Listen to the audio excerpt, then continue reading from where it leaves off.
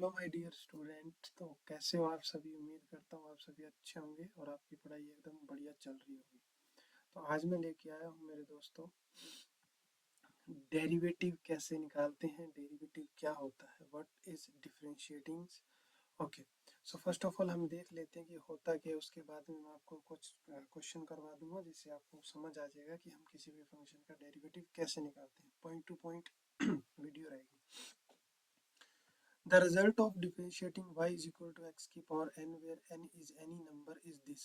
यानी अगर आपके पास y is equal to x की पावर n है तो डेरिवेटिव होता है differential operator dy by dx, यानी इंडिपेंडेंट वेरिएबल का derivative with respect to independent variable. यानी ये जो आप देख पा रहे हो y is equal to x की पावर n, तो इसमें x जो होता है वो इंडिपेंडेंट होता है।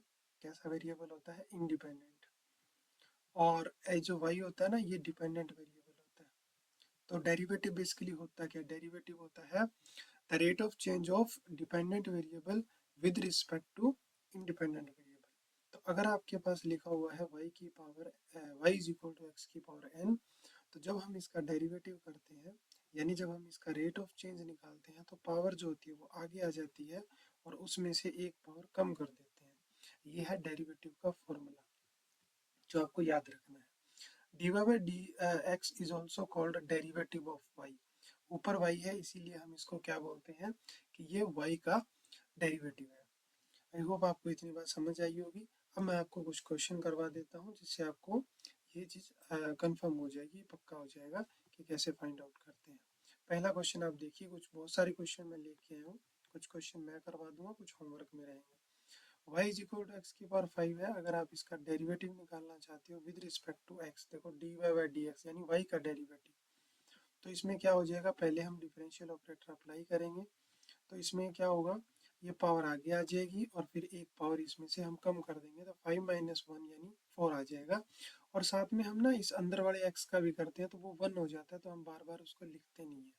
तो यानी इसका डेरिवेटिव क्या हो गया, 5x की पावर 4 हो गया। नेक्स्ट क्वेश्चन बी वाला लिखा हुआ है y is equal to x की पावर 7।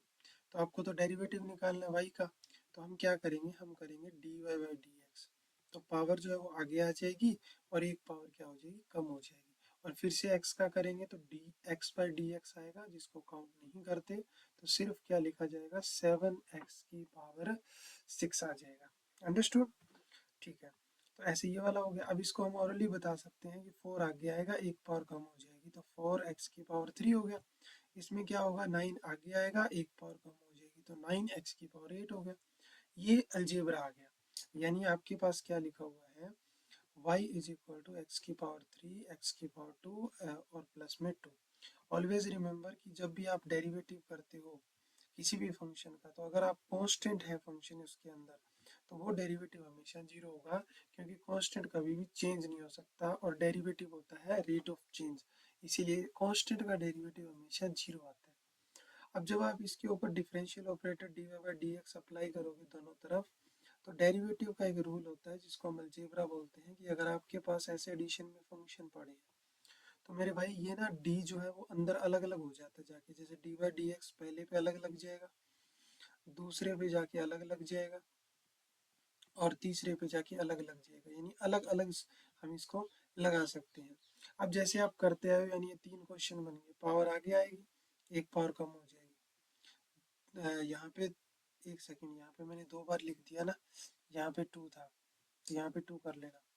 तो यहाँ 2 था तो 2 आगे आएगी, एक पावर कम हो जाएगी, और ये क्या, ये कांस्टेंट है तो 0 हो गया। तो मेरा डेरिवेटिव आ गया 3x square plus 2x। I hope आपको ये समझ आया होगा, ठीक है ना।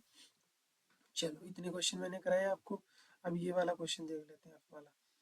y इज इक्वल टू क्या लिखा हुआ है, x की पावर 6 है, माइनस में x की पावर 5 है और x की पावर 4 है। अगर आप इतने क्वेश्चन कर लेते हो, मैं आपके लिए 20 क्वेश्चन लेके आया हूँ मेरे भाई। अगर आपने 20 क्वेश्चन कर लिए तो आपको डेरिवेटिव निकालना आ जाएगा कि डेरिवेटिव कैसे करते हैं। अब इस क्वेश्चन में ध्यान से देखो, डेरिवेटिव करना है तो d y by d x करूँगा। अब बार बार अप्लाई करने की जरूरत नहीं होती। इसमें क्या होगा, पहले पे जाके लगेगा 6 आगे एक पावर कम, माइनस में 5 आगे एक पावर कम, इसमें 4 आगे एक पावर कम, तो हो गया डेरिवेटिव, बस खत्म कहानी इसकी। नेक्स्ट वाला question, y is equal to x की पावर 4 प्लस एक्स की पावर 2 प्लस 2। मुझे क्या करना है, मुझे डी बाई डी एक्स निकालना है। तो बार बार थोड़ी लगाएंगे, 4 आगे एक पावर कम, इसमें क्या होगा 2 आगे एक पावर कम, और कांस्टेंट का क्या हो जाएगा 0, खत्म। h वाला part, y is equal to 3x की पावर 4। अब ध्यान से देखो, ये तो है मेरे भाई कांस्टेंट।